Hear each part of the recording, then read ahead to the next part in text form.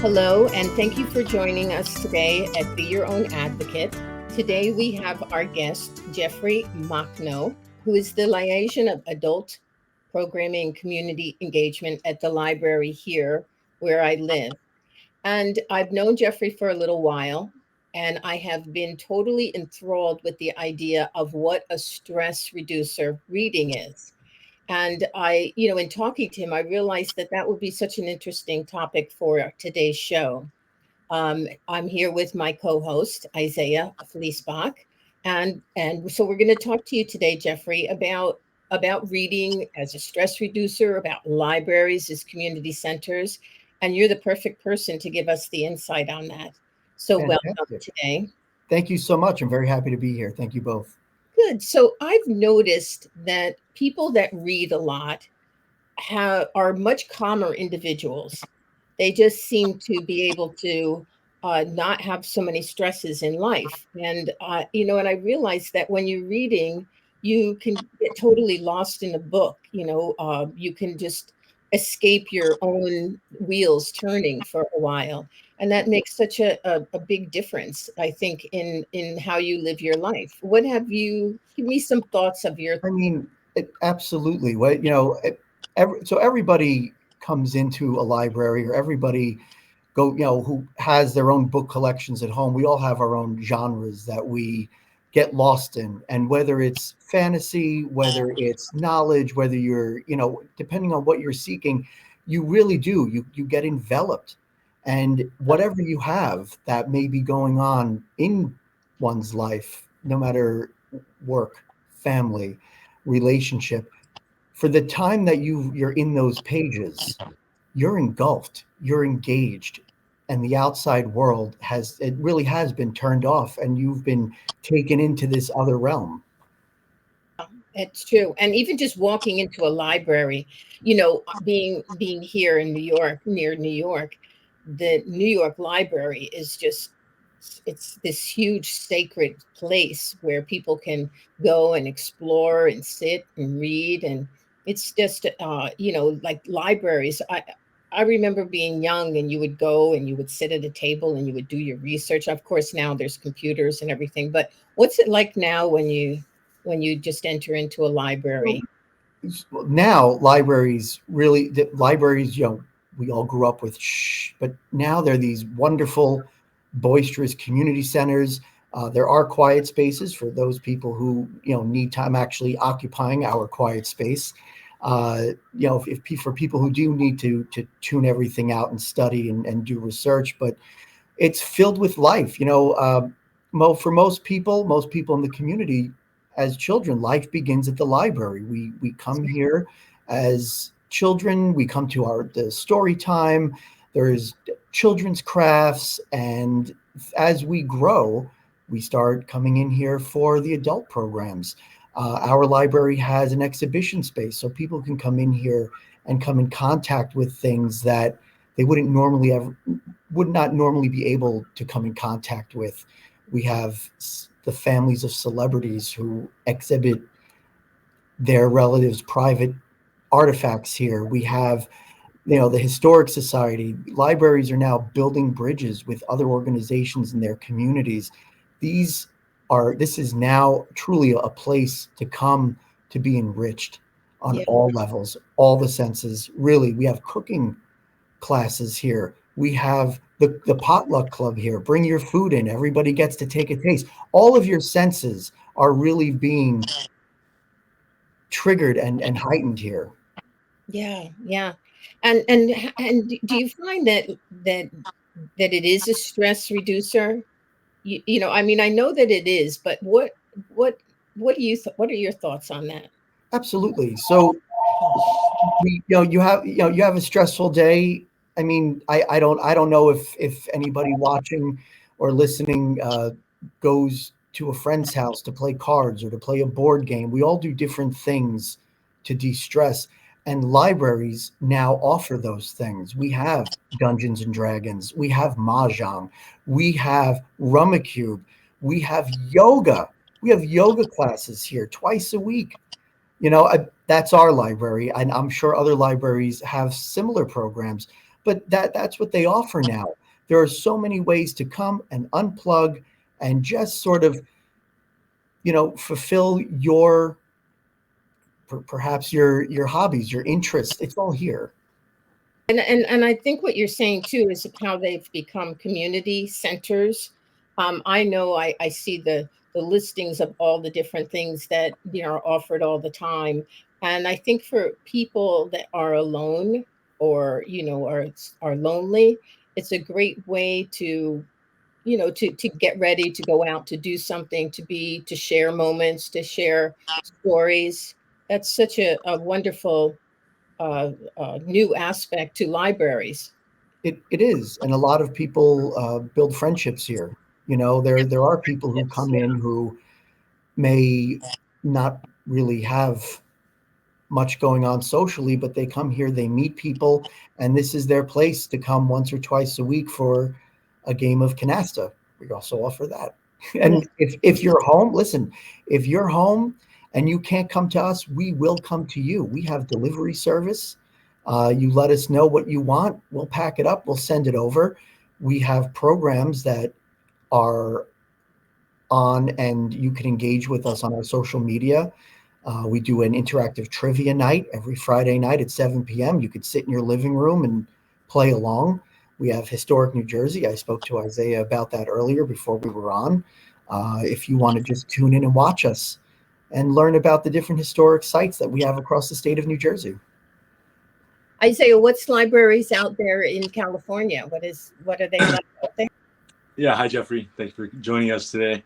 I've been really.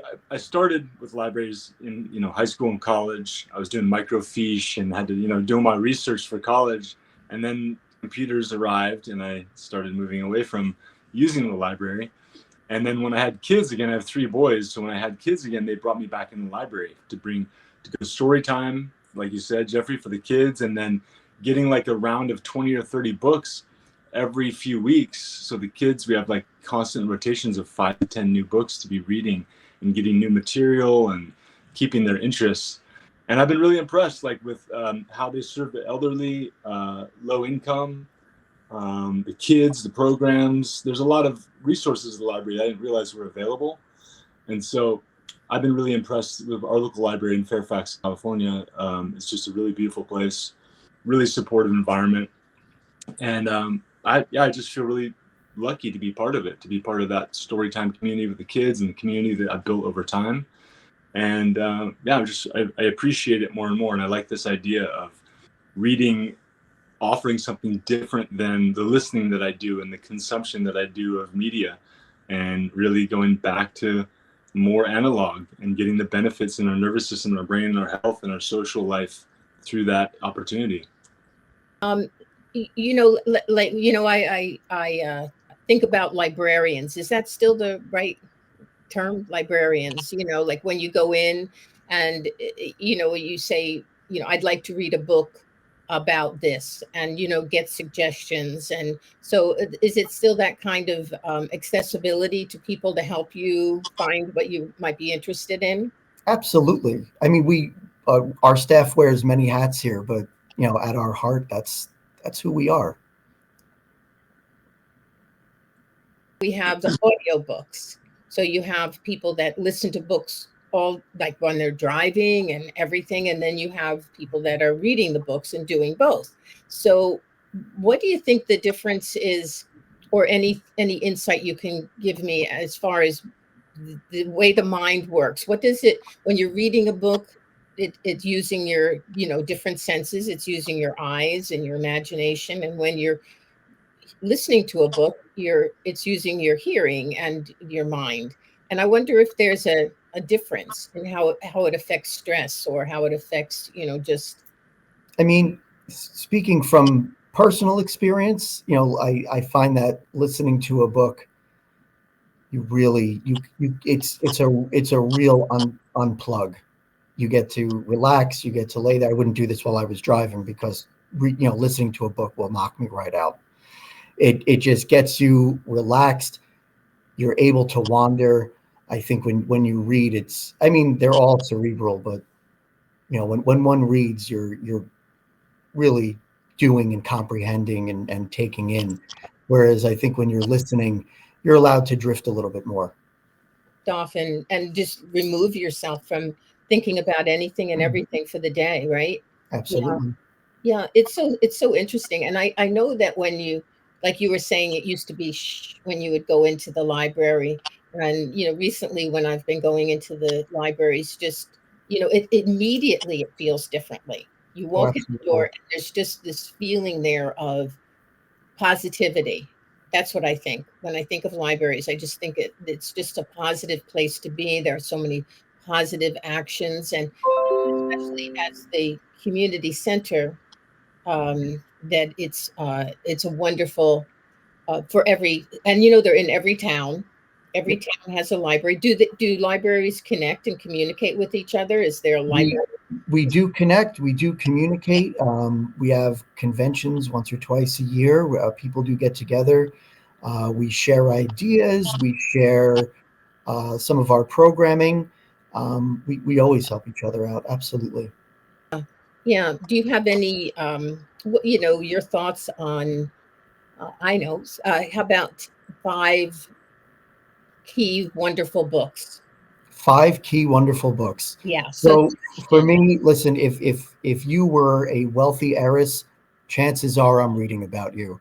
So I'm a big fan of Merrill Gordon, a big fan of her books. She's actually joined us a couple of times via Zoom for our book clubs. She's a wonderful human being. So Mrs. Astor Regrets. Um, I That like sounds like a good one. it's fantastic. Oh, there's so much tea that they spill in these books. So Mrs. Astor Regrets, The Woman Who Knew Everyone. That's about Pearl Mesta, the hostess with the mostest. That's where we get that phrase from. Okay. Let's see. I'm a big fan of Freddie Mercury. So Mercury and Me by Jim Hutton. Let's see. That's three. I could do this all day. Uh, I think people sometimes, I mean, I went into, Barnes and Noble, in truth. The other day I wanted to get a book and I just immediately felt overwhelmed. I didn't even of know how course. to search for a book or find a book, and nothing's worse than starting a book and like a little bit in, you're like, I don't like this book. You've got to go with what you're drawn to. For me, it's history. If I have to know that it happened. Right. Right. So with the I like exception, bios. I like biographies because I can picture in my head the person and I have a little bit of context on it. So I always enjoy reading biographies. so come, you should come down here after this, and I'll take you upstairs to the bio section. Okay. All right. That's a date. We're going to do that. So I'll give you two more. I'll give you. We just read Conclave for our last book club, an amazing book. And I'm gonna have to go with my final Washington, George Washington, the final years. George Washington. You just mentioned book club. Do you have a book club by you, Isaiah, in the library? Yeah, I believe there's a book club there. They do so many things. We had raptors there last week. They brought in all these raptors to show kids, and Get out. a million programs they offer here. It's very cool. Isn't it like amazing? Like libraries are just such great places, and they've always been around forever. And how they've changed to be able to be this community center that brings people together and helps kids like embrace learning without phones or technology. Well, I mean they use technology, but it's it's purposeful and I think I'm going to join the book club. Yes, please do. I think I'm going to join The, the. And the first Tuesday and Wednesday of every month. Uh-huh. Yeah, I think that would be a really wonderful thing to add in. So thank you so much, Jeffrey. It was really a pleasure speaking to you, getting your Thank insight, you. getting your book, your favorite books, and just getting people to think about something that maybe has they just haven't thought about for in a while. That can be such a great addition to their lives and the lives of their families. Right, Isaiah? What do you think? definitely, yeah. I'm also curious before you go. Um, I think of learning as one of my highest priorities in life. Freedom, love, family, learning are my highest values. And in learning, I'm just curious, what you think of how do you cultivate a learning environment in your library? And do you think it's really offering something different than what people are receiving through school, through, Oh, you know, online. Absolutely. And yeah, what's We have, you know, we have different speakers who come in. We have so many different seminars that go on here. We had President Grant's great great grandson come in and speak about, you know, his time in the White House. Uh, we have programs about health, wellness. We have college programs. We had someone come in and do a whole seminar on college essay writing made easy. Yeah. So yeah, oh no, there's plenty here to help enrich and to encourage education and broaden one's mind. Yeah. That's feels great. like more important than ever to be in some kind of social environment, even if you're not interacting, just to be Yeah. with people as you're learning in Sure. a time where we're so separate and so connected. I think it's really nice to remove, often we come back, whether it's my physical type of practice or in learning, we come back to the simplicity is where we're going to really make the changes that are significant in our lives and our health and well-being. And just thank you for promoting that and being such an advocate. I can tell you're passionate about it and I you're love excited. And that's anyone who's in a role that has that kind of excitement. For me, that's what really, I'm like, yes, I'm Thank you really very much. energy. So thank you for bringing that positivity and optimism. Thank you so much for Thank you. being our guest on Be Your Own Advocate today. And I will see you soon. You sure will.